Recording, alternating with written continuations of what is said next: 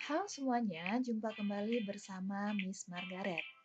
Pada video kali ini kita akan melanjutkan materi matematika di kelas 8, yaitu tentang teorema Pythagoras. Silakan simak dan jangan lupa siapkan catatan alat tulis kalian ya. Selamat belajar dan semoga bermanfaat.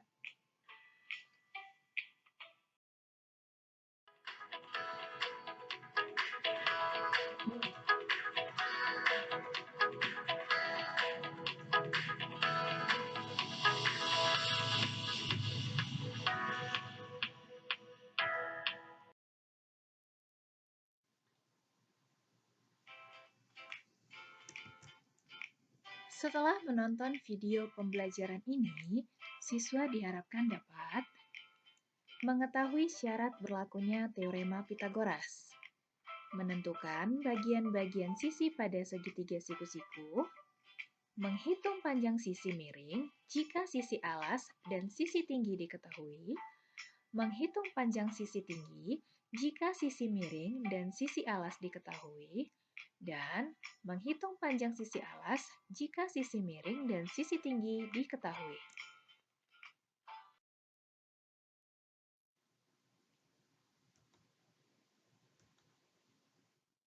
Pythagoras adalah seorang ahli matematika yang lahir di Pulau Samos, Yunani Selatan, tahun 582 sebelum Masehi. Salah satu peninggalan Pythagoras yang paling terkenal hingga saat ini adalah Teorema Pythagoras. Teorema Pythagoras menyatakan bahwa kuadrat sisi miring suatu segitiga siku-siku sama dengan jumlah kuadrat sisi lainnya.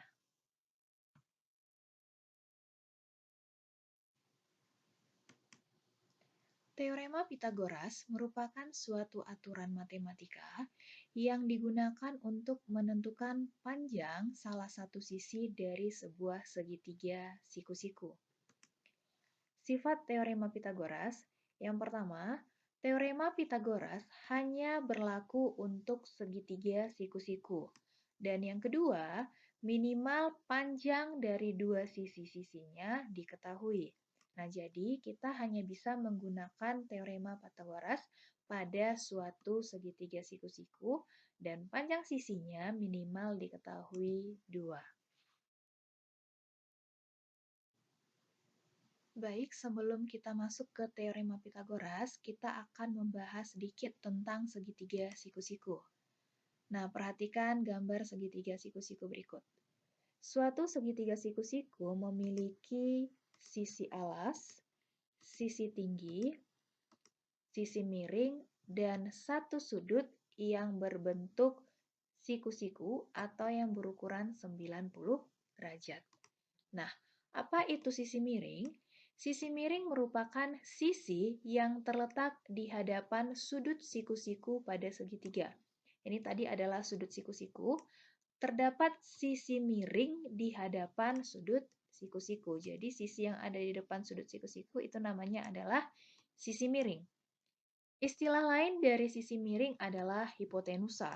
Jadi sisi miring ini juga dapat kita sebut sebagai hipotenusa. Kemudian, sisi-sisi lain pada segitiga siku-siku adalah sisi alas dan sisi tinggi yang posisinya saling tegak lurus. Ini tadi adalah sisi alas, kemudian ini sisi tinggi. Posisi antara sisi alas dan sisi tingginya adalah tegak lurus, sehingga dia membentuk sudut siku-siku atau sudut yang besarnya 90 derajat.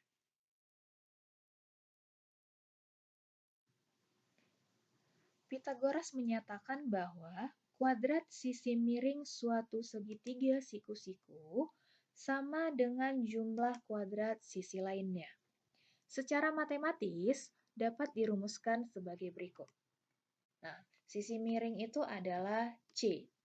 Kuadrat dari sisi miring berarti C kuadrat sama dengan jumlah kuadrat dari sisi-sisi lainnya, yaitu sisi A dan sisi B kita kuadratkan. Nah, karena ini adalah sisi miring, ini adalah rumus untuk mencari sisi miring, karena dia C. Kemudian, rumus yang kedua, B kuadrat sama dengan C kuadrat dikurang A kuadrat. Kita lihat di sini B kuadrat. B itu adalah sisi tingginya, maka ini untuk mencari nilai dari sisi tinggi. Dan yang terakhir, A kuadrat sama dengan C kuadrat dikurang B kuadrat. A, berarti ini untuk mencari nilai dari sisi alas. Nah, ini adalah 3 rumus yang bisa kita gunakan untuk menentukan panjang sisi segitiga siku-siku jika panjang dua sisi lainnya diketahui. Agar lebih mengerti tentang penggunaan teorema Pitagoras, langsung saja kita bahas contoh yang pertama. Tentukan panjang hipotenusa pada segitiga berikut ini. Hipotenusa tadi itu sama dengan sisi miring. Nah, sisi miringnya di sini diketahui adalah C. Kemudian, panjang sisi alasnya 3 cm dan panjang sisi tinggi 4 cm. Kemudian kita misalkan di sini A-nya adalah sama dengan 3, B-nya sama dengan 4. Maka kita masukkan dia ke rumus C kuadrat sama dengan A kuadrat ditambah B kuadrat. C kuadrat sama dengan A, 3, 3 kuadrat ditambah B, 4, 4 kuadrat. Maka C kuadrat sama dengan 3 kuadrat sama dengan 9, 4 kuadrat 16. 9 ditambah 16 sama dengan 25. Tapi lihat di sini masih C kuadrat. Kita akan mencari nilai dari si C, maka kedua ruas kita akar kuadratkan sehingga C sama dengan akar kuadrat dari 25. Berapa akar dari 25? Ya, betul ya. C sama dengan 5. Maka panjang dari hipotenusa pada segitiga tersebut adalah 5 cm. Contoh soal yang kedua, tentukan nilai B pada segitiga berikut ini. Ini tetap masih ada suatu segitiga siku-siku, diketahui sisi alas dan sisi miringnya. Yang ditanya adalah sisi tingginya, yaitu B. Kita gunakan rumus B kuadrat sama dengan C kuadrat dikurang A kuadrat, di mana nilai A-nya sama dengan 6 dan nilai C atau sisi miringnya adalah sama dengan 10. Maka C-nya sama dengan 10, 10 kuadrat dikurang A-nya sama dengan 6, 6 kuadrat. 10 kuadrat sama dengan 100, 6 kuadrat 36. 100 dikurang 36, 64.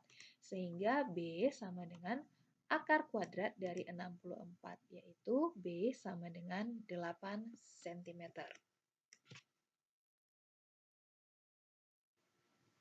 Selanjutnya, soal yang ketiga. Tentukan nilai A pada segitiga di bawah ini. Nah, perhatikan. Kalau tadi bentuknya kita bisa melihat dia tegak lurus, kemudian bisa menentukan sisi miring. Nah, tapi kalau dia bentuknya seperti ini, bagaimana menentukan sisi miring? Ingat, sisi miring itu adalah sisi yang berada di hadapan sudut siku-sikunya. Berarti nanti ini sisi miringnya adalah 13. Maka C13, kemudian B-nya 12, ya kan? Rumusnya adalah A kuadrat sama dengan C kuadrat dikurang B kuadrat. Sama dengan 169 dikurang 144, sama dengan 25. Maka nilai A sama dengan akar 25, yaitu A sama dengan 5 cm. Nah, seperti itu dia cara untuk menentukan panjang sisi pada segitiga siku-siku dengan menggunakan teorema Pitagoras.